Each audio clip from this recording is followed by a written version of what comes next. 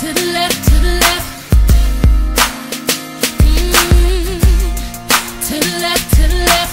Everything you own in the box to the left. In the closet, that's my stuff. Yes, if I bought it, please don't touch on. Hey Brian! Oh!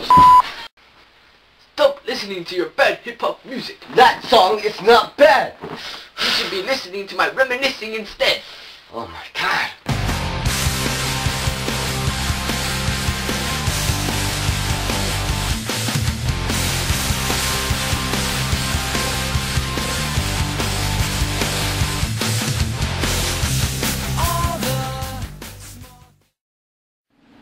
To begin my story, I will start off talking about America's manifest destiny.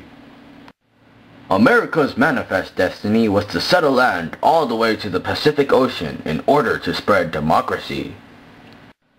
But in the mid-1800s, America's manifest destiny was caught up with the slavery issue. To face this difficult issue, John Tyler, a pro-slavery Whig, wanted to increase the power of southern slave states by annexing Texas. His fellow Whigs disagreed. In 1844, the Whig Party passed up Tyler and chose Senator Henry Clay as his presidential candidate. I want to make Texas a new southern slave state. No! You are fired! No!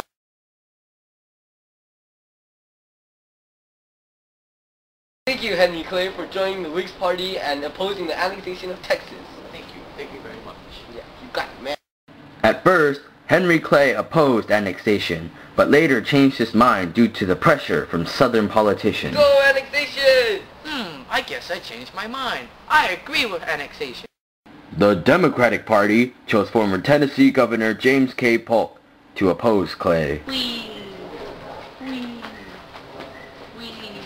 Excuse me, I am James K. Polk. I was hired by the Democratic Party to oppose your ideas. Oh no! Southerners feared the fact that Texas could be a new slave state, so they depended on Polk to defeat Clay. No! No! I don't want Texas to become a southern slave state, no! James K. Polk defeated Clay thanks to the concerns of the Southerners.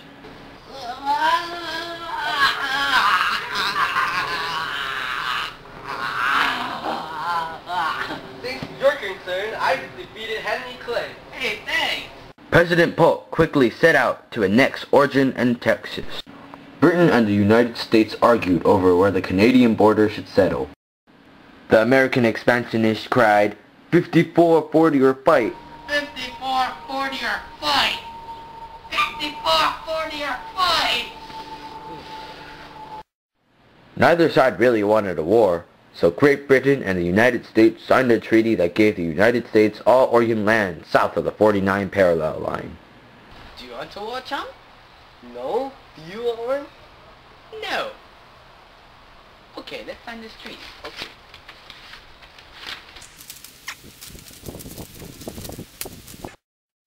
Texas politicians hoped that joining the United States would help solve their financial and military problems. The Texas Congress approved annexation and became part of the United States in December. This action angered the Mexican government. They considered Texas to be a stolen province. They stole Texas! Oh my god, they did? In Mexico, there were very important trade areas. The vaqueros were cowboys who managed the large herds of cattle and sheep and were important parts of the trade system. The Californios were the 3,200 colonists that lived in California in the early 1820s. In addition to the traders and travelers, Angelos were also in the United States and Mexico area. Mexico had insisted that the northern border should be along the Nueces River, but the United States said that the border should be farther south along the Rio Grande. I think the Mexican border should be here. Actually, I think it should be here! In order to settle this dispute, President Polk sent diplomat John Slidell to Mexico City to settle things. I send you, John Slidell, to go to Mexico City to go settle the border disputes. Okay. Hi, I want to buy New Mexico and California for $30 million. No. General Taylor sent out his soldiers to camp out in the Mexican territory. The Mexican commander told Taylor to leave, but he refused. General Taylor, leave Mexico. No! The two sides battled and several U.S. soldiers were killed.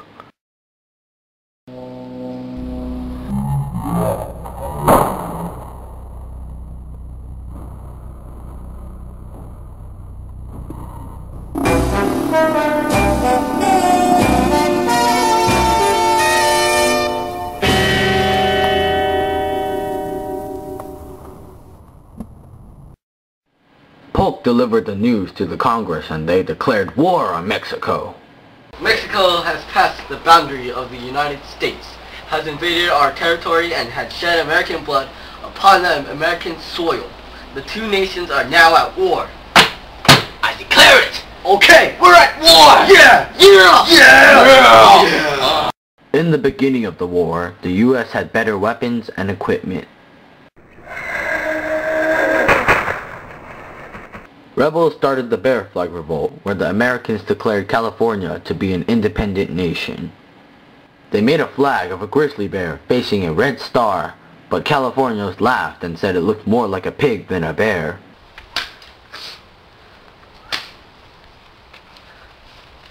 Haha! You call that a bear? That looks more like a pig than a bear!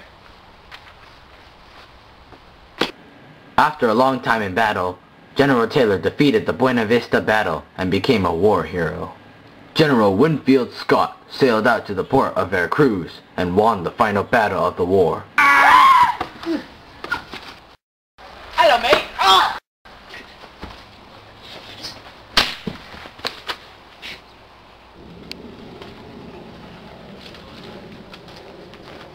The enemy has fled!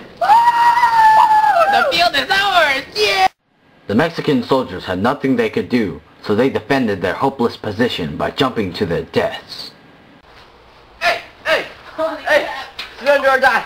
Surrender or die! Holy crap! I'd rather die! After taking Mexico City, the war had ended. The United States and Mexico signed the Treaty of Guadalupe Hidalgo, which officially ended the war. It forced Mexico to turn over much of its northern territory to the United States. Okay, let's sign this treaty to end the war. Okay. Okay, just fine.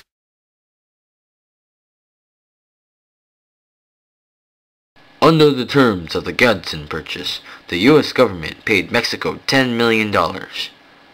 In exchange, the United States received the southern parts of what are now Arizona and New Mexico.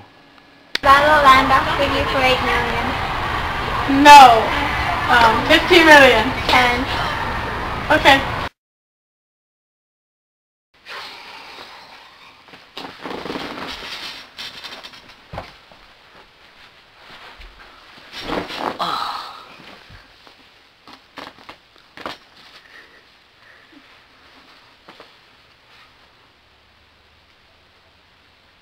This music is pretty good. To the left, to the left. To the left, to the left.